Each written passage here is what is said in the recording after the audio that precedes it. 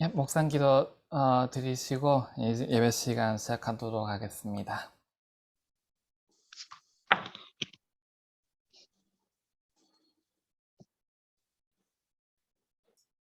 아멘.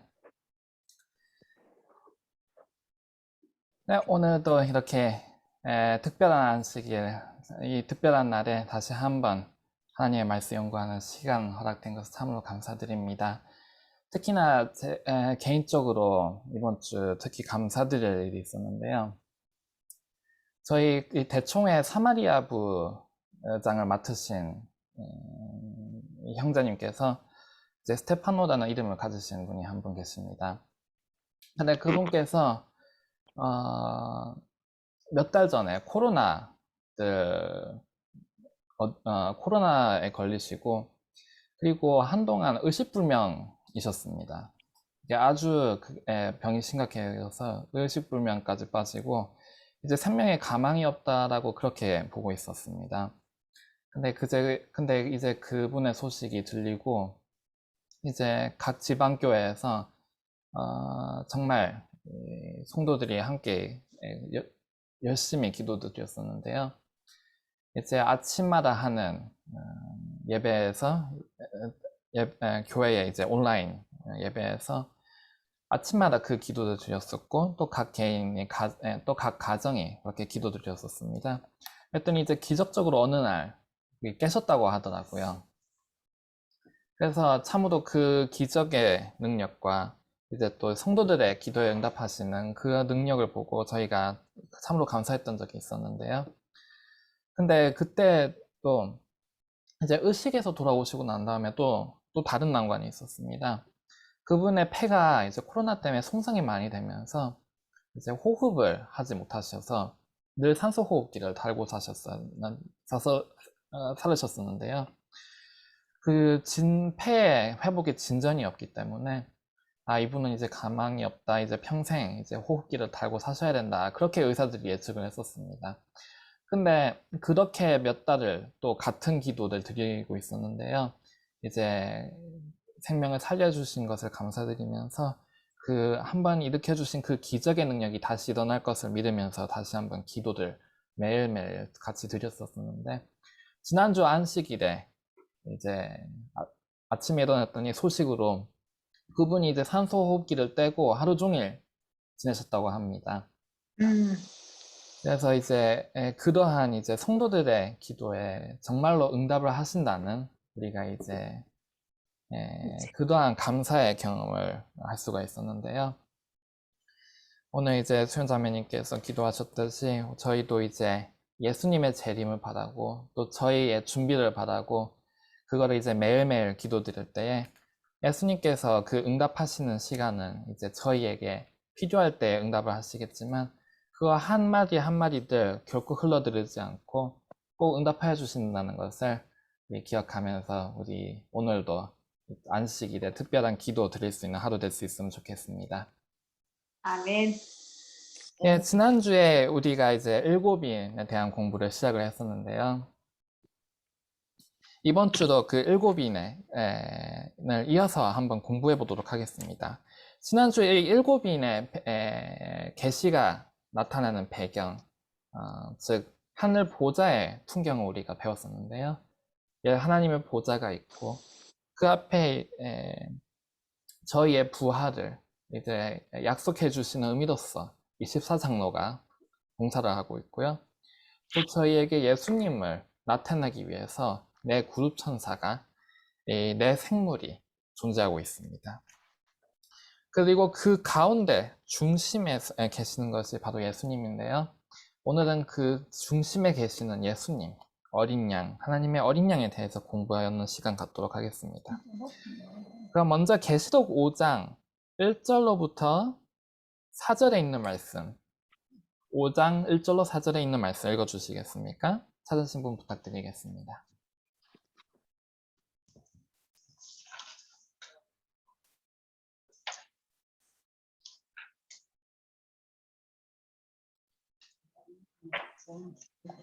계시록 5장 1절로 4절. 내가 봄에 보좌에 앉으신 이의 오른손에 책이 있으니 안팎으로 썼고 일곱 인으로 봉하였더라. 또 보매 힘 있는 천사가 큰 음성으로 외치기를 누가 책을 펴며 그 인을 떼기에 합당하냐 하니 하늘 위에서나 땅 위에나 땅 아래에 능히 책을 펴거나 보거나 할 리가 없더라. 이 책을 펴거나 보거나 하기에 합당한 자가 보이지 않기로 내가 크게 울었더니. 예, 감사합니다. 예, 여기 보시면 이제 봉인된 책이 하나 나옵니다. 이 봉인된 책이 나오고 거기에 7인이 쳐져 있더라. 그래서 이 7인의 풀자가 누가 있느냐 했더니 아무도 없다 하면서 그것을 보고 여기 요한이 지금 통곡을 하고 있습니다. 정말로 슬피 울었다고 나와 있는데요. 왜 이게 그렇게 슬플 일이었을까요? 예, 이게 7인이라는 게 당시 로마의 풍습을 하나 짚고 넘어가려고 하는데요. 제가 예전에 만든 게 지금 여기 있어서 잠시 열어보도록 하겠습니다. 저희 화면 보이시나요? 예. 예, 예전에 이제 고대 로마에서는 이제 어느 사람이 이제 유서를 만들고 싶다. 이제 나이가 들어서 이제 유서를 써서 그거를 아들에게 또는 자손에게 남기고 싶다 할 때 이거를 공식적인 문서가 있어야 하잖아요. 유서라는 것은. 그렇기 때문에 그것을 이제 법정으로 가서 정식적으로 유서라는 것을 만들었습니다.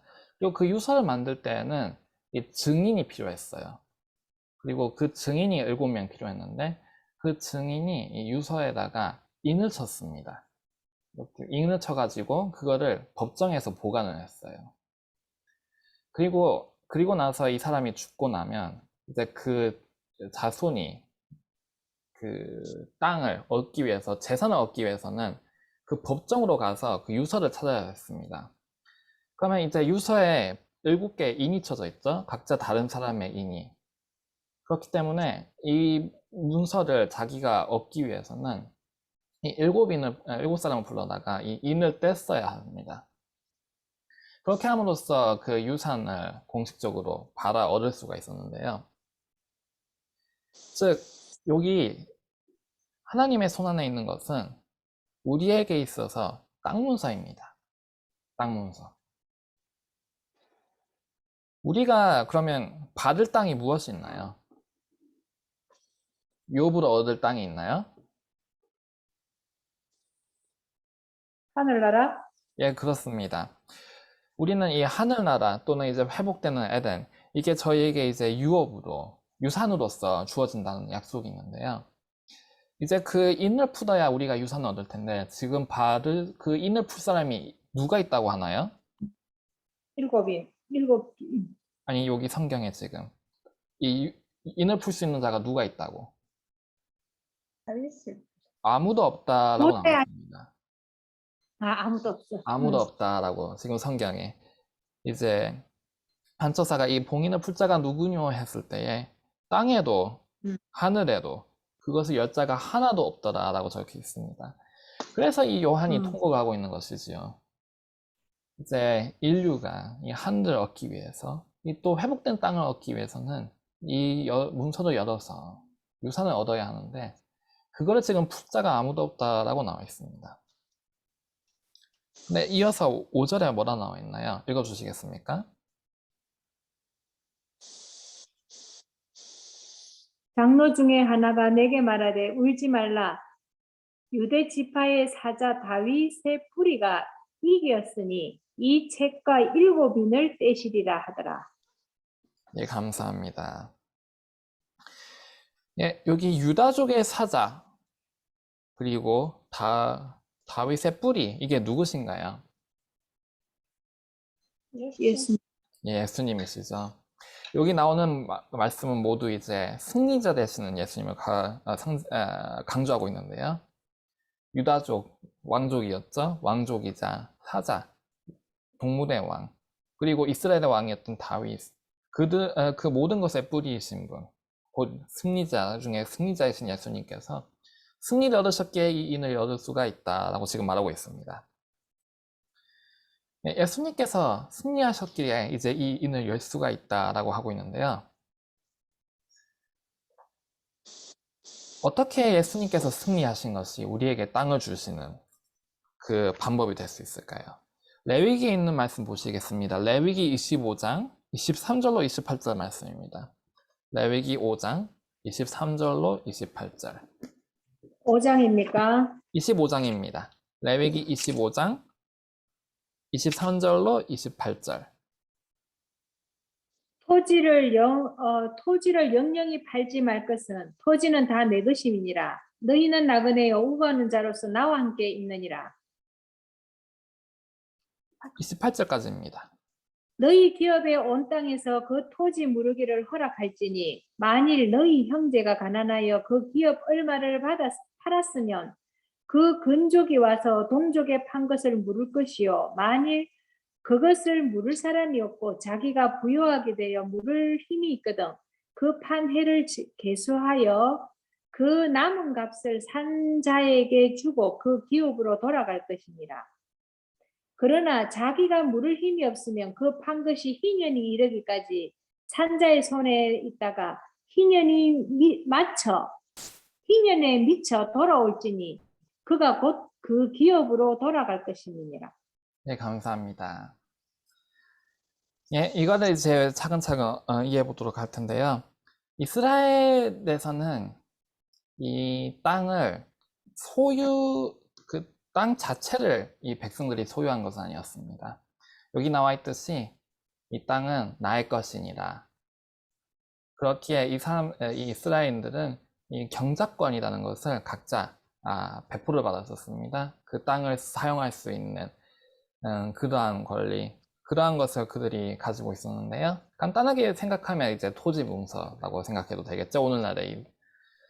그런데 가끔 가난할 때에 이 돈을 마련하기 위해서 그 토지를 파는 일이 가끔 있었습니다. 경작권인데요. 경작권을 파는 일이 가끔 있었는데, 근데 그것을 되돌려 받을 수 있는 방법이 몇 가지가 있었습니다. 그거를 지금 다시 아까 전에 파워포인트로 보여드리겠습니다.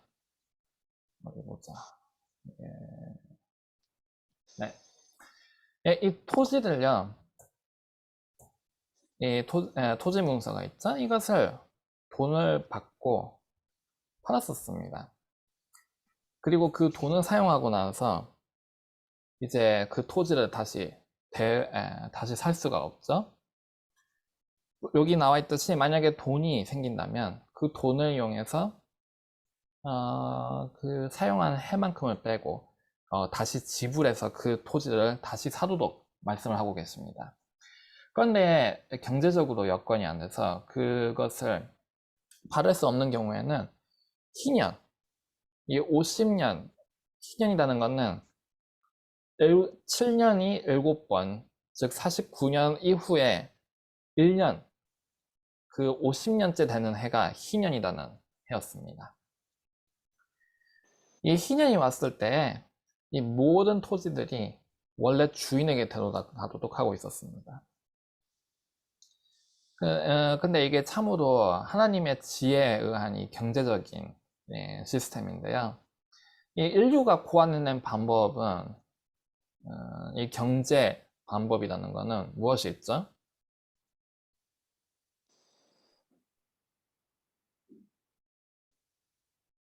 인간이 고안해낸 이 경제 시스템, 크게 어떤 것들이 있나요? 우리가 익히 알고 있는 것들. 자본주의가 있고, 또 뭐가 있죠? 공산주의, 공산주의, 이러한 것들이 있죠. 인간들이 고안해낸 이 경제 시스템이라는 것은 그러한 것들인데요. 둘 다 결함들이 있습니다. 이 민주주의라는 것은 자신이 얻은 것을 그래도 자기의 자손에게 남길 수가 있고, 자본주의. 그게 바로 자본주의죠. 근데 이게 문제가 뭐냐면 빈부격차가 격해집니다. 부한 자는 더 부해지고 가난한 자는 더 가난해지고, 가지고 있는 것이 없으니 그것을 활용해서 더 얻을 수가 없어서 더 줄어들고, 가진 자는 가지고 있는 것을 활용해서 불릴 수가 있으니 더 부해지고, 그래서 몇 대를 지나고 나면, 몇 세대를 지나고 나면 어떤 사람은 태어나서 보면 부자입니다. 자기가 왜 부자인지도 모르고 그냥 모든 것을 누리고 살 수 있어요. 근데 어떤 사람은 태어나자마자 기회도 없고 자본도 없고 아무것도 할 수 없이 그냥 매우 궁핍하게 처참하게 살아가는 그러한 게 이제 자본주의라는 건데요. 그리고 공산주의라는 것은 다 같이 만들어서 다 같이 나누자, 그렇게 약간 이상주의적인 사상의 근본에서 시작이 됐었는데요. 뭐가 문제가 있죠, 거기에는? 열심히 안 하지. 예, 그렇습니다. 이 사람이 일을 하게 하는 원동력, 그것이 없습니다. 하나님께서는 이 노동이라는 것을 축복으로서 축복으로서 우리에게 주신 것인데, 그러나 이 공산주의라는 것은 아무리 열심히 해도 똑같이 받고 게을리해도 똑같이 받을 수 있으니 모두 이렇게 나태해지게 됩니다. 그렇기 때문에 열심이라는 것이 사라지고, 그렇게 해서 모든 나라 전체가 무너지고 마는 그러한 결점이 있는데요. 그런데 하나님께서 이 이스라엘에게 명령하신 이 희년이라는 것은 그 어떠한 결점도 가지고 있지 않은 정말 아주 놀라운 그러한 구조를 가지고 있습니다. 예, 이 희년은 50년을 주기도 가져오는 것인데요. 50년이 될 때마다 땅을 되돌려 받습니다. 근데 50년이라는 것은 어느 정도 주기냐면 세대가 교차되는 정도의 주기입니다. 세대가 바뀌는 정도의 주기.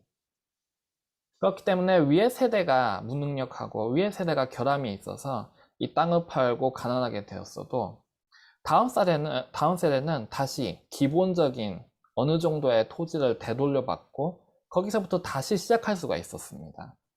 그래서 가난이 가난으로 물려지지 않는 그러한 방법이었는데요. 그러면 어떠한가요? 토지를 샀던 사람한테는 불공평한 걸까요? 토지를 그냥 50년 후에는 뺏기게 되는 거니까? 그렇진 50년 동안. 않습니다. 50년 동안 이 토지에서 무엇이 나오죠? 농산물이 나오지. 농산물이 나옵니다. 50년 동안 이 농산물을 이용해서 충분히 그 능력만큼 재산을 축적할 수가 있었고요. 그리고 그 재산을 그 자손에게도 남길 수가 있었습니다. 물론 그가 지불한 만큼의 토지를 더 받지는 못하겠지만 그 더 받는 더 축적된 그 부만으로도 충분히 그 사람이 필요한 것 이상으로 충분한 자본을 가지고 그 사람은 위의 세대의 이 열심의 결과를 이어받을 수가 있었던 것입니다. 그러므로 부는 부를 낳고 가난은 가난을 낳지 않는, 부는 부로 이어지면서도 가난이 가난으로 이어지지 않는, 그러한 정말로 하나님의 지혜가 아니고서는 나올 수가 없는 그러한 것이 바로 이 희년이라는 것이었는데요. 네, 근데 만약에 희년이 오기 전에 이 토지를 갖고 싶다, 되돌려 받고 싶다, 그러면 어떤 방법이 있을까요? 희년이 오기 전에. 돈도 없고 희년도 아니고. 근데 토지를 다시 얻을 수 있는 방법이 딱 한 가지가 있었습니다. 그것은 바로 돈이 있는 친척입니다. 친척 중에 이 토지를 다시 살 수 있는 친척이 있으면 그 친척에게 부탁을 해서 돈을 지불하고 다시 그 문서를 살 수가 있었습니다. 다시 그 토지를 되돌려 받을 수가 있었습니다. 이러한 제도는 우리 예수님께서 우리를 위해서 하신 그러한 사업의 상징입니다. 저희 인류는요, 하나님으로부터 토지를 받은 적이 있습니다. 그 토지 이름이 바로 이 지구라는 곳인데요, 이 땅이라는 곳입니다. 근데 이 인류는 이 땅을 누군가한테 팔았습니다. 누구한테 팔았죠? 아담. 네? 다단. 그렇습니다. 사단에게 팔고 무엇을 얻었죠? 돈으로? 죽음. 예, 선악의 지식, 죽음을 얻었습니다. 그렇게 우리는 그 죄로 인해서 저희는 다시 그 토지를 되돌려받을 능력을 잃고 맙니다. 그럴 때 우리를 위해서 주신 것이 바로 우리의 형제 대신 예수님이신데요. 예수님께서 우리 가운데 하나도 오시고 우리 형제로서 오시고 그리고 우리를 위해서 죗값을 지불하셨습니다. 그 죗값이 무엇이었죠? 십자가. 십자가, 당신의 생명이셨습니다. 그렇게 당신의 생명을 지불하심으로써 예수님께서는 유다족의 사자, 다윗의 뿌리, 곧 승리자가 되신 것입니다. 이렇게 예수님께서 우리를 위해서 돌아가셨기 때문에 예수님만이 이 유서, 7인이 봉하여진 책을 펼치실 수가 있는 것입니다.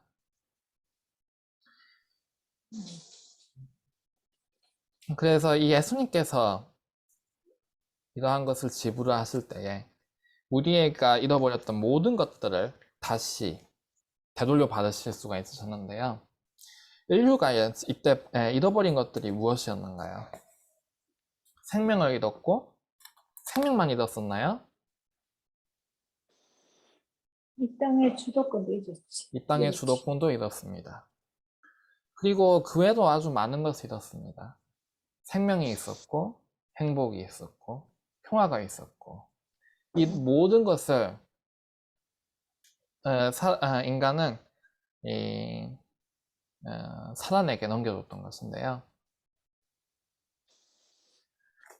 그래서 하나님께서, 예수님께서 이것을 다시 얻으실 때에, 다시 되돌리실 때에 그러한 모든 것들도 같이 되돌리시는 것입니다. 우리가 왜 천국을 사모할까요? 우리 이제 시작하는 기도에도 있었는데 우리가 천국을 사모하는 이유가 무엇입니까? 맛있는 게 있어서일까요? 본향이니까. 고향이니까, 예수님이 계시는 곳이니까. 예수님이 계시는 곳이니까. 자유와 평화와 행복 다 있죠. 예, 그 모든 것이 있는 그것이 천국인데요. 저희가 천국을 사모하는 것에는 이 모든 것이 포함되어 있습니다. 우리 각자가 소망하는 그 모든 것들을 저희는 죄로 인해 팔았었고 예수님께서는 그 생명으로서 우리에게 다시 되돌려 주시는 것입니다. 그렇기 때문에 이 땅 문서에는 단지 이 지구, 이 천국의 땅뿐만이 아니라 그것에 있는 모든 것들이 자유가 평화와 예수님과 예수님의 인재 이 모든 것들이 거기에 포함되어 있습니다. 시대의 소망에 있는 말씀을 보시겠습니다. 시대의 소망 329페이지, 구석의 역사 729페이지에 있는 말씀입니다. 시대의 소망 329페이지, 구석의 역사 729페이지. 여기 오른쪽 중간에 보시면 그리스도께서 이 말씀으로 라고 있습니다. 찾으신 분 읽어주실 수 있으시겠습니까? 그리스도께서 이 말씀으로. 그리스도께서는 이 말씀으로 각 사람에게 말씀하고 계신다. 모든 사람은 알든지 모르든지 간에 피곤하며 무거운 짐을 지고 있다. 모든 사람이 그리스도께서만 제거할 수 있는 짐에 억눌려 있다. 우리가 진 가장 무거운 짐은 곧 죄의 짐이다. 우리가 이 짐을 지도록 그대로 버려진다면 그것은 우리를 눌러 박살을 낼 것이다. 그러나 죄가 없으신 그분이 우리를 대신하셨다. 여호와께서는 우리 무리의 죄악을 그에게 담당시키셨도다. 그분께서 우리 죄짐을 지셨다. 그분께서 우리 고단한 어깨에서 짐을 가져가실 것이다. 그리고 쉼을 주실 것이다. 그분은 염려와 슬픔의 짐도 지실 것이다. 그분께서는 우리에게 모든 근심을 당신께 벗어놓으라고 초청하신다. 이는 그분께서 우리를 기억하여 주실 것이기 때문이다. 예, 감사합니다. 예, 여기에 방금 읽으신 곳에 보면 우리가 죄를 지음으로써 우리가 잃어버렸던 모든 것들이 여기 적혀 있습니다. 죄를 지음으로써 저희가 얻은 것이 있었는데요. 바로 여기에 죄가 있고 짐이 있고 그리고 고단함이 있고 염려가 있고 슬픔이 있습니다. 근데 예수님께서 우리를 위하여 대신 돌아가심으로써 우리를 위하여 승리를 얻으심으로써 우리에게 무엇을 주시는가요?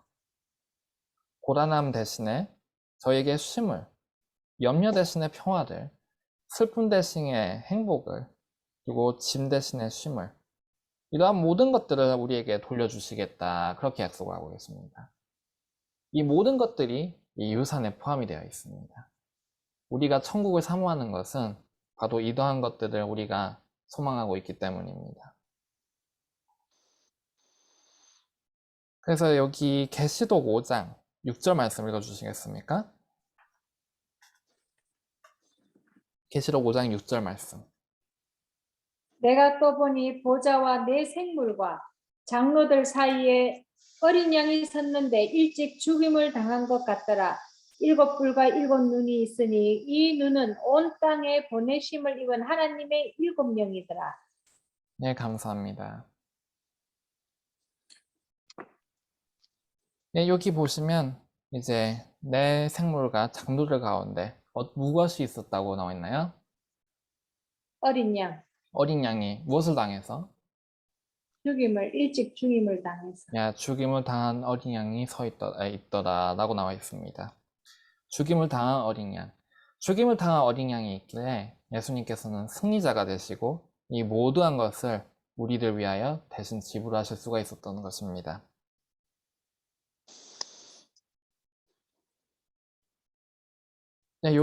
그래서 여기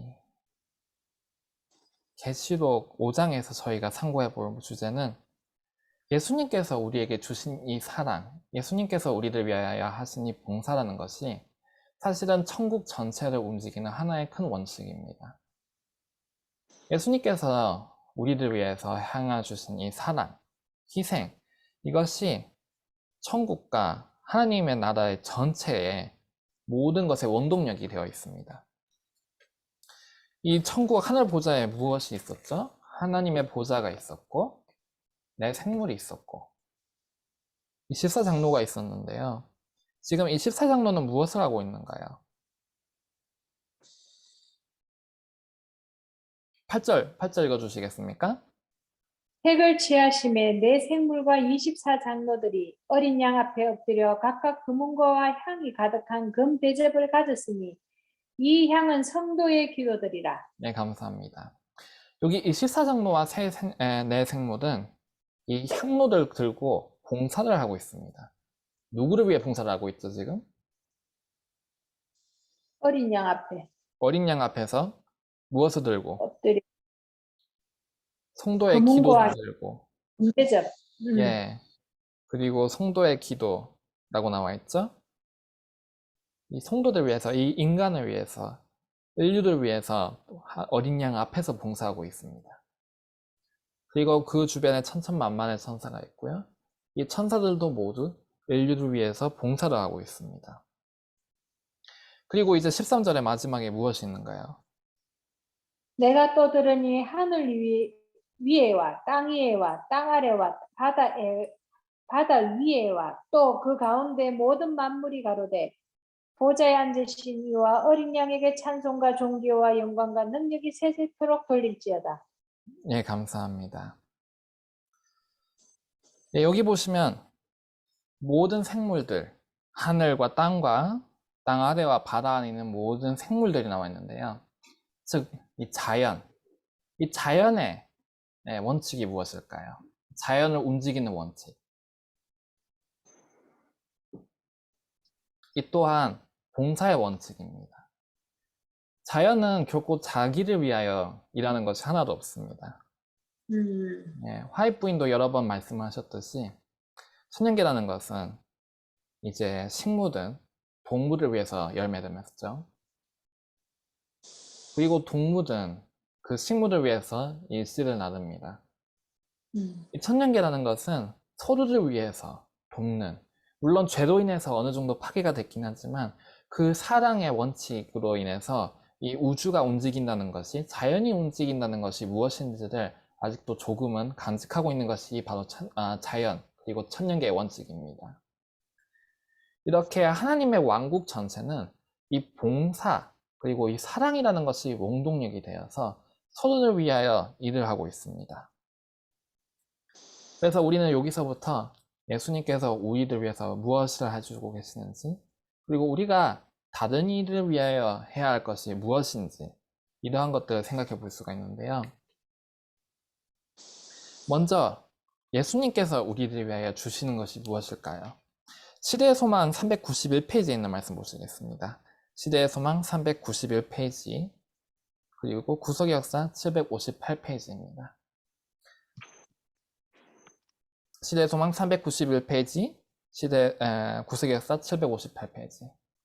여기 왼쪽 중간에 보시면 믿음의 눈으로 예수님을 이라고 있습니다. 찾으신 분 부탁드리겠습니다. 믿음의 눈으로 예수님을 항상 바라봄으로써 우리는 힘을 얻게 될 것이다. 하나님께서는 당신의 줄이고 목마른 백성들에게 가장 귀중한 계시를 나타내실 것이다. 그들은 그리스도가 개인의 구주이심을 알 것이다. 그분의 말씀을 먹고 살 때에 그들은 그것이 영이요 생명임을 발견할 것이다. 그 말씀은 본성적이며 세속적인 성정을 멸하고 그리스도 예수 안에 있는 새 생명을 나누어 준다. 성령께서는 보혜사로 심령에 임하신다. 변화시키는 그분의 은혜를 작용으로 말미암아 하나님의 형상이 제자 안에서 재창조되고 제자는 새로운 피조물이 된다. 사랑이 정오심을 대신하고 마음은 신령한 모습을 갖는다. 이것이 바로 하나님의 입에서 나오는 모든 말씀으로 산다는 것을 의미한다. 이것이 곧 하늘에서 내려오는 떡을 먹는 것이다. 예, 감사합니다. 예, 여기 보시면 예수님께서 우리에게 어떠한 것을 주신다고 나와 있나요? 새로운 영, 새로운 생명을 주신다고 나와 있습니다. 우리가 이 하늘 왕국의 백성으로서 그 하늘의 왕국의 어떠한 삶이 어떠한지를 알기 위해서는 먼저 이 예수님으로부터 배우는 경험이 필요한데요. 제자들이 어떻게 예수님과 살았나요? 함께 먹고 마셨지. 예, 예수님과 함께 먹고 마시고 같이 걷고 같이 다니고 그분의 말씀을 항상 듣고 그렇게 그들은 보냈습니다. 그리고 그러한 삶이 또한 우리에게 필요한 삶입니다. 여기에 믿음의 눈으로 예수님을 항상 바라봄으로써 우리는 힘을 얻게 될 것이다 라고 나와 있습니다. 그분의 말씀을 먹고 살 때 그들은 그것이 영이요 생명임을 발견할 것이다. 이 성경에 있는 말씀은 모두 예수님께서 우리에게 하시는 말씀입니다. 그래서 우리가 매일매일 그 말씀을 명상할 때에 저희는 예수님께서 어떻게 말씀을 하시는지, 예수님께서 어떻게 행동을 하시는지, 그것을 마치 제자들이 가까이에서 보았듯이 우리도 예수님의 그러한 모본을 매일 볼 수가 있습니다. 그리고 그렇게 볼 때 저희는 하늘의 삶이란 이런 것이구나. 하늘에서는 이러한 원칙으로 움직이는 것이구나. 이 하늘의 삶을 예수님을 통해서 엿볼 수가 있습니다. 그렇게 함으로써 저희는 여기 나와 있는 하늘의 백성들, 24장로, 내 생물, 천천만만의 천사들, 그리고 거기에 거하는 모든 거민들의 생활, 그것을 저희의 것으로 만들 수가 있습니다. 그렇기 때문에 여기에서 이것이 바로 하나님의 입에서 나오는 모든 말씀으로 산다는 것의 의미이다. 이것이 곧 하늘에서 내려오는 떡을 먹는 것이다 라고 적혀 있습니다. 네, 그러면 우리가 받았으면 하늘의 원칙이 무엇이라 나와 있죠? 나눠주는 것. 나눠주는 것입니다. 여기 시대의 소망에 있는 말씀 하나 더 보시겠습니다. 시대의 소망 370페이지, 구속역사 749페이지에 있는 말씀입니다. 시대의 소망 370페이지, 구속역사 749페이지. 370. 예, 370페이지. 예, 오른쪽 위쪽에 보시면 제자들은 그리스도와 백성들 사이에 라고 있는 말씀이 있습니다. 찾으신 분 부탁드리겠습니다. 제자들은 그리스도와 백성들 사이에 있는 교통의 통로였다. 이 사실은 오늘날 그분의 제자들에게 큰 용기를 줄 것이다. 그리스도는 위대한 중심이요 모든 능력의 근원이시다. 제자들은 그분에게서 그들의 양식을 공급받아야 한다. 아무리 지혜가 많고 아무리 경건한 마음을 가진 자라도 받을 때에만 즐길 수 있다. 그들 홀로는 영혼의 필요를 조금도 공급할 수 없다. 우리는 그리스도에게서 받는 것만을 공급할 수 있다. 우리는 남에게 나누어 줄 때만 받을 수 있다. 계속 남에게 나누어 줄 때 우리는 계속해서 받는다. 그 많이 나누어 줄수록 우리는 더 많이 받을 것이다. 이와 같이 함으로 우리는 끊임없이 믿고 의지하고 받고 나누어 줄 수 있을 것이다. 네, 감사합니다. 아까 읽었듯이 이 예수님의 삶을 우리가 가까이에서 엿보게 되면 한 가지 깨닫는 것이 있습니다. 예수님께서는 우리들 위해서 늘 나누어 주시는 그러한 삶을 사셨고 지금도 그리 살고 계십니다. 예수님께서 우리에게 무엇을 주셨다 했죠? 책을 열무로써 봉인을 풀고 우리들 위해서 유산, 하늘과 그리고 평화와 쉼과 그리고 행복, 자유, 이 모두한 것들을 우리들 위해 주고 계시는데요. 하늘의 원칙을 따라서 우리가 예수님의 그렇게 나누어 주시는 생활을 본다면 우리도 그 거민으로서 어떠한 삶을 살아야겠습니까? 나누어져야지. 받은 것을 나누어 주어야 합니다. 여기에 아무리 지혜가 많고 경건한 마음을 가진 자라도 받을 때만 줄 수 있다. 우리는 남에게 나눠 줄 때만 받을 수 있다. 그렇게 나와 있습니다. 이것에 대한 실무 교훈이 하나님의 왕국 전체를 통틀어서 늘 있습니다. 자연계를 움직이는 그 힘이 바로 이 원칙에 의한 것이고요. 우주를 움직이는 힘이 이곳에 의한 것이고요. 우리들 위하여 희생하시는 예수님의 사랑의 신비가 이 능력에 의한 것입니다. 우리들 위하여서 봉사해주는 천사들이 이 원칙에 의한 것이고요. 우리들 위하여 우리들 항상 보호하시고 지켜주고 계시는 하나님의 능력도 이 원칙에 의한 것입니다.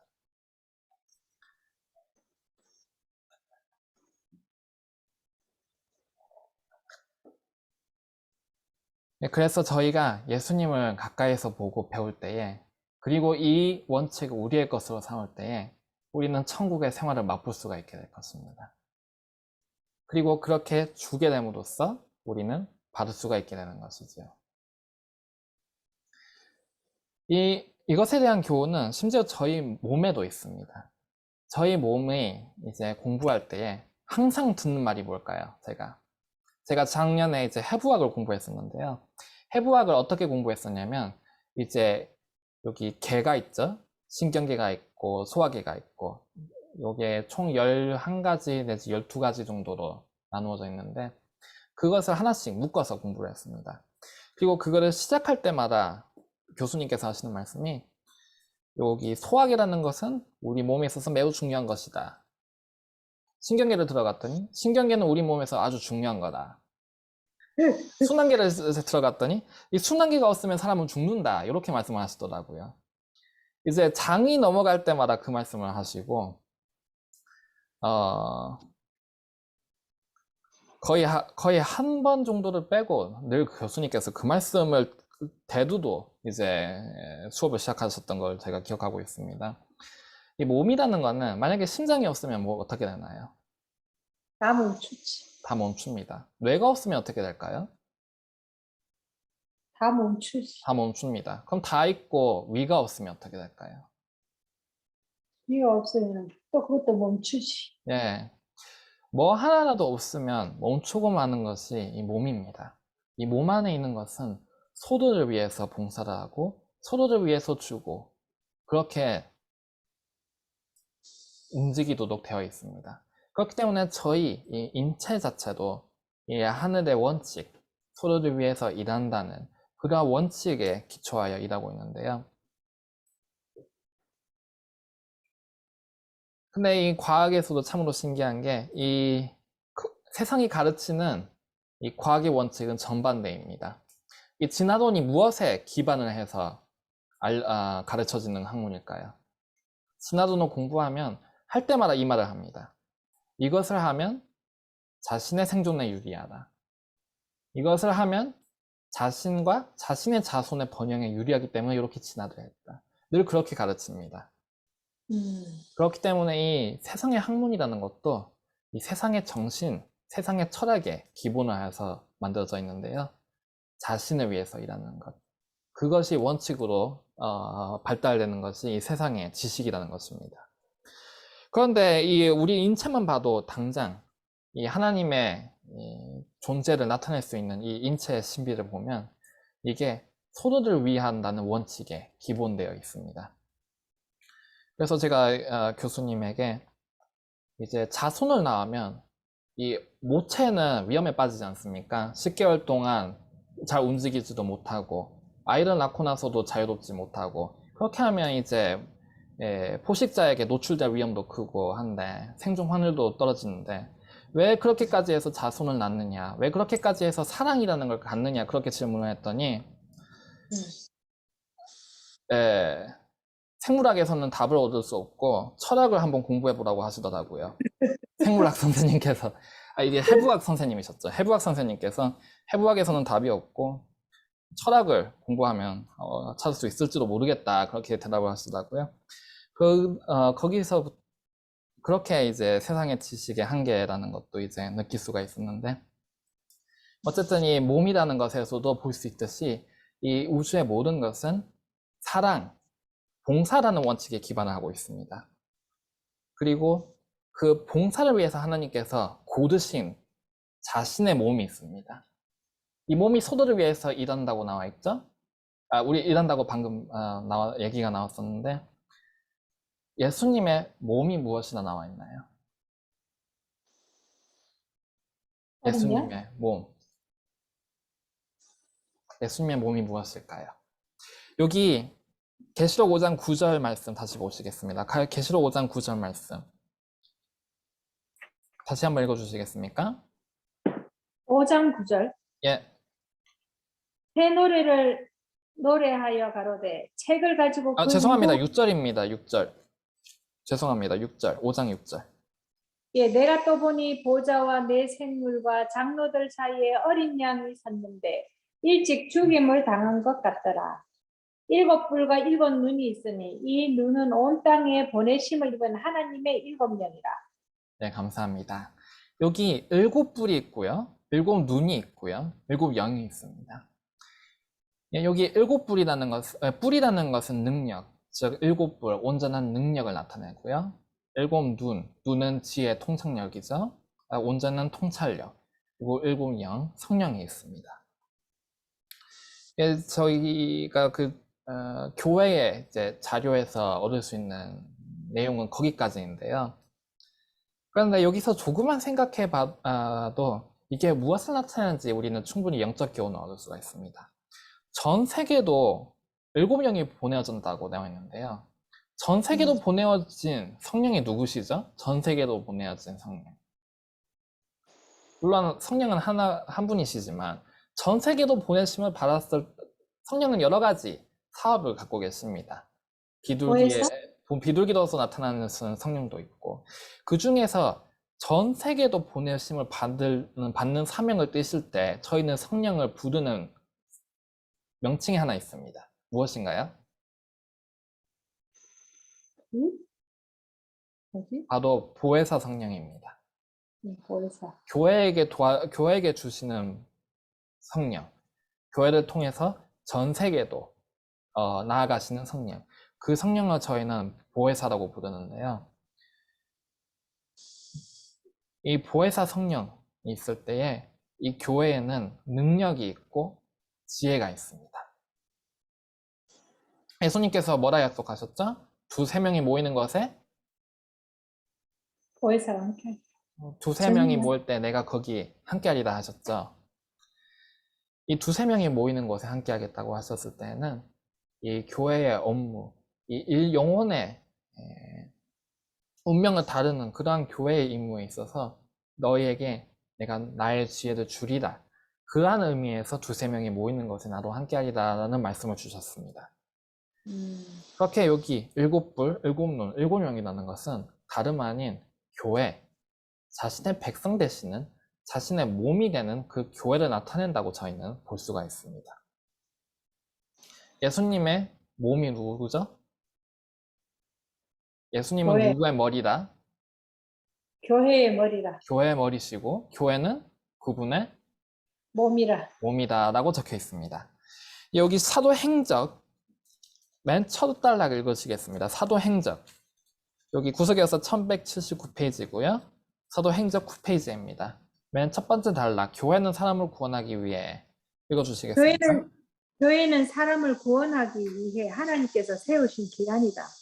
교회는 봉사를 위하여 조직되었으므로 그 사명은 온 세상에 복음을 전하는 것이다.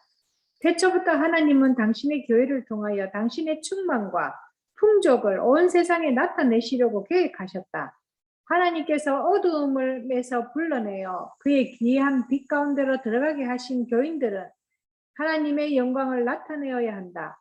교회는 그리스도의 풍성한 은혜의 보고이므로 전국에는 교회를 통하여 하늘에 있는 통치자들과 권위자들에게까지 하나님의 사랑이 가장 완전하게 나타날 것이다. 예, 감사합니다. 지난주에 저희는 이 하늘 왕국을 구성하는 백성들을 배웠었는데요. 하나님께서 계시고 온전하신 영이 계시고 그 중심에 어린 양께서 계시고 24장로가 있고 내 그룹 천사가 있고 천천만만의 천사가 있고 또 온 만물이 있었습니다. 그런데 거기에서 이제 우리에게 마지막으로 보여주시는 하늘 백성은 바로 교회입니다. 어린 양에게 있는 교회, 어린 양의 뿔, 어린 양의 눈, 어린 양의 이 일곱 영인 이 교회가 하나님의 왕국의 마지막 조각입니다. 그렇기 때문에 여기에 교회는 무엇을 위하여 조직되었다 나와 있습니까? 그렇습니다. 봉사를 위하여 조직되었다.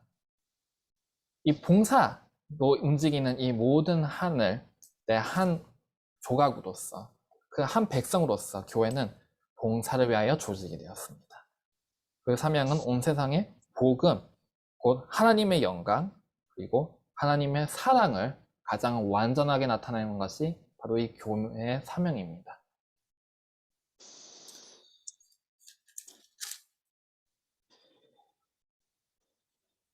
그리고 이 교회가 다름 아닌 바로 어린 양에게 바로 이 뿔로서, 눈으로서, 영으로서 달려있는데요.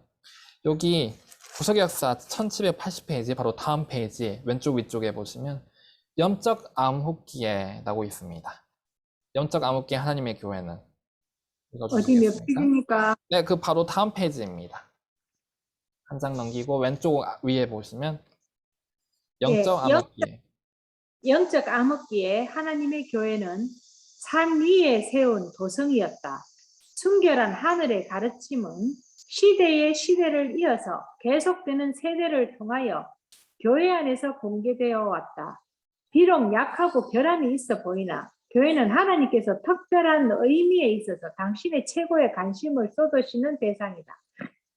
교회는 하나님의 은혜가 실현되는 장소로서 하나님은 그 안에서 심령을 변화시키는 당신의 능력을 나타내시기를 기뻐하신다.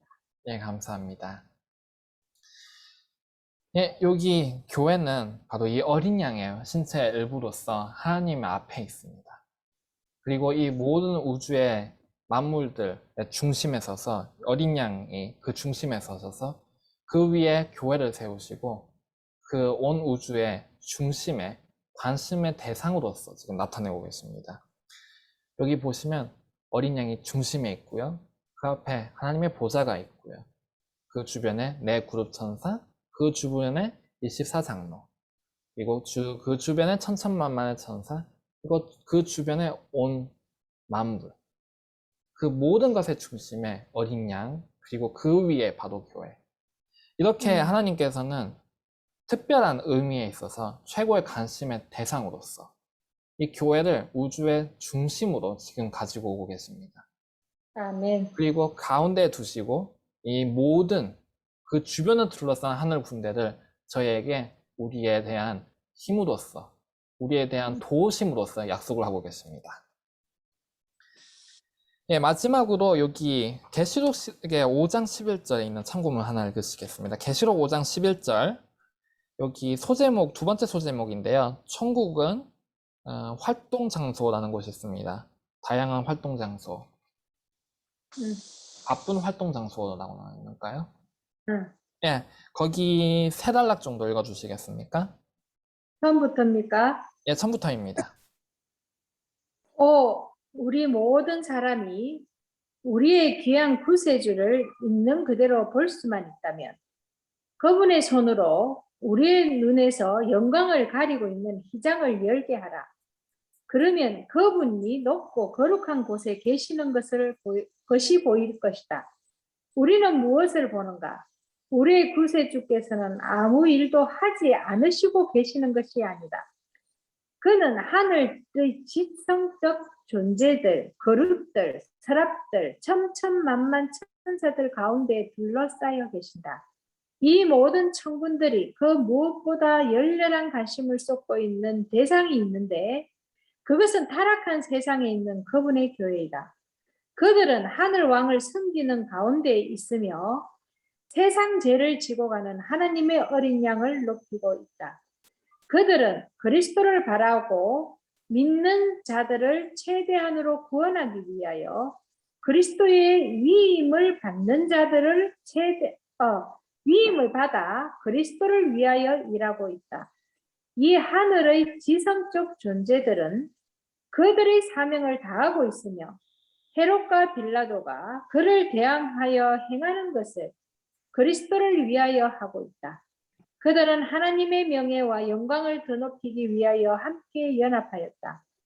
봉사 중에 있는 이 천군들은 하나님의 교회가 어떠해야 할 것인가를 예정한다. 그리스도는 하늘 궁정에서 땅의 사방으로 그의 사제를 보내시고 영적 생활과 지식을 구하는 사람들, 구원을 호소하며 그분을 바라보는 모든 사람을 돕기 위하여 일하고 있다. 지상에 있는 그리스도의 교회는 여호와의 율법을 짓밟고 있는 불충한 세상의 도덕적 허감 중에 있다. 그러나 그의 귀한 피를 값으로 주시고 그들을 성령하신 그들의 구속주께서는 그의 교회가 세상의 빛이신 분의 빛을 받은 몸, 임마누엘의 영광을 갖고 있는 변화된 몸이 되게 하기 위하여 모든 준비를 다 하셨다. 그분의 교회를 통하여 비쳐나가는 의의 태양의 밝은 광선이 길 잃은 양들, 잃어버림을 당한 모든 영혼들을 그분의 우리 안으로 모을 것이며 그들은 그에게로 올 것이며 그분의 안에서 피난처를 찾을 것이다. 그들은 영원한 의와 평화가 되시는 그분 안에서 평화와 기쁨과 빛을 발견할 것이다. 네, 감사합니다. 아까 말씀드렸다시피 이 세상의 원칙이라는 것은 나를 위한 것을 기반으로 모든 것이 이루어져 있습니다. 여기 공산주의와 자본주의라는 것이 왜 생겼을까요? 어떻게 하면 나에게 득이 될까? 약한 자가 악한 자 중에서 어떻게 하면 약한 내가 득이 될까? 해서 그 약한 자들이 힘을 모아서 일으킨 것이 공산주의였고요. 그리고 부한 자들이 어떻게 하면 내게 될까 생각을 하면서 고안해낸 것이 민주주의였습니다. 그러나 예수님께서는 우리에게 무엇을 나타내시나요? 우리에게 희년을 보이십니다. 그리고 나를 대신해서 땅을 대신 사줄 수 있는 형제, 곧 예수님을 우리에게 보여주고 계십니다. 이 인간이 생각하는 경제제도와 하나님께서 생각하시는 경제제도가 아예 다르듯이 인간이 생각하는 이 진화론, 어떻게 하면 내가 발달을 할까? 이것과 하나님께서 생각하시는 과학, 어떻게 하면 소도가 함께 서로를 위해서 생활을 할까? 그러한 과학, 그러한 차이가 있듯이 이 모든 것의 중심에는 두 가지 다른 사상이 있습니다. 즉 이기심과 사랑과 봉사, 이 두 가지 사상에 비관해서 이 우주 내에 두 왕국이 존재하고 있는데요. 이 계시록 5장을 통해서 예수님께서는 계시록 5장에서 하나님께서는 하나님의 왕국, 이 의의 왕국이라는 것이 어떠한 생활을 하는 곳인지, 어떻게 살아가는 것인지, 어떠한 과학과 어떠한 경제적인 구조와 그리고 어떠한 원칙에 의해서 움직이는지를 지금 여기서 보여주고 계십니다. 여기에 케르빔과 세르빔, 천천만만의 천사, 그리고 24장로, 내 생물, 이러한 모든 존재들이 무엇을 하고 있다고 나와 있나요? 봉사를 하고 있다. 일을 하고 있다. 기뻐하면서 서로를 위해서 일을 하고 있다고 나와 있습니다. 그리고 그 일을 하는 봉사의 대상이 지금 누구인가요? 바로 교회입니다. 지금은 온 우주의 관심이 이 교회도 한 가지 대상으로서 교회도 쏠려 있다고 나와 있습니다. 여기 나와 있는 이 모든 하늘의 힘이 지금 교회를 위해서 일을 하고 계십니다. 그리고 우리가 우리의 교회의 일부라면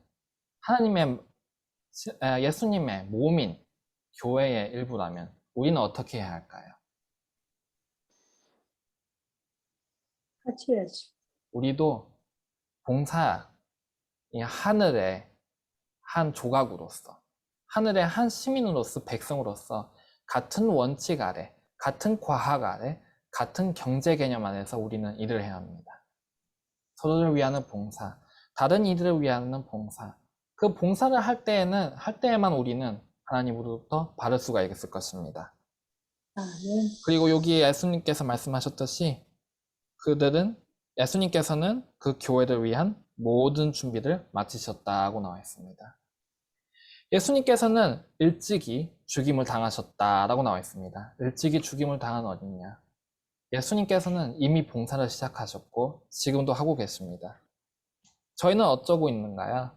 저희는 다른 일을 위해서, 예수님을 위해서, 어린 양을 위해서 저희는 지금 봉사를 하고 있을까요?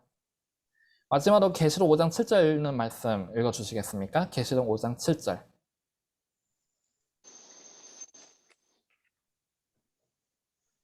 어린 양이 나와서 보좌에 앉으신 이의 오른손에서 책을 취하시니라. 감사합니다. 어린 양께서는 나아가서 이 책을 취하셨습니다. 이 책, 우리들 위한 유산, 우리들 위한 천국, 우리들 위한 행복과 우리들 위한 평화, 우리들 위한 자유, 이것을 열기 위해서, 이것을 주시기 위해서 예수님께서는 나아가서 책을 잡으셨습니다. 그리고 그 인을 하나씩 저희를 위하여 열고 계시는데요. 저희는 그 인에 화답할 준비가 되어 있는가요? 저희는 이 하늘 왕국의 백성으로서 이 하늘에서 모두 조화롭게 움직이고 있는 이 존재들에게 우리도 하나의 백성으로서, 하나의 조각으로서 참여할 준비가 지금 되어 있는가요? 어떻게 하면 거기에 참가할 수가 있을까요? 아까 말씀드렸다시피 예수님으로부터 배울 때에, 예수님과 매일매일 함께 할 때에 저희는 그 품성을 보고 예수님께서 하시는 것을 보고 우리도 그와 같이 할 수 있게 될 것입니다. 아멘. 하나님께서 축복하셔서 저희가 하늘 왕국의 한 백성으로서 하나님께서 가지신 이 정신, 이 사랑의 정신을 오늘도 서로를 위해서, 예수님을 위해서 나타낼 수 있는 진정한 하나님의 아들, 딸 되기를 진심으로 기도드립니다. 아멘.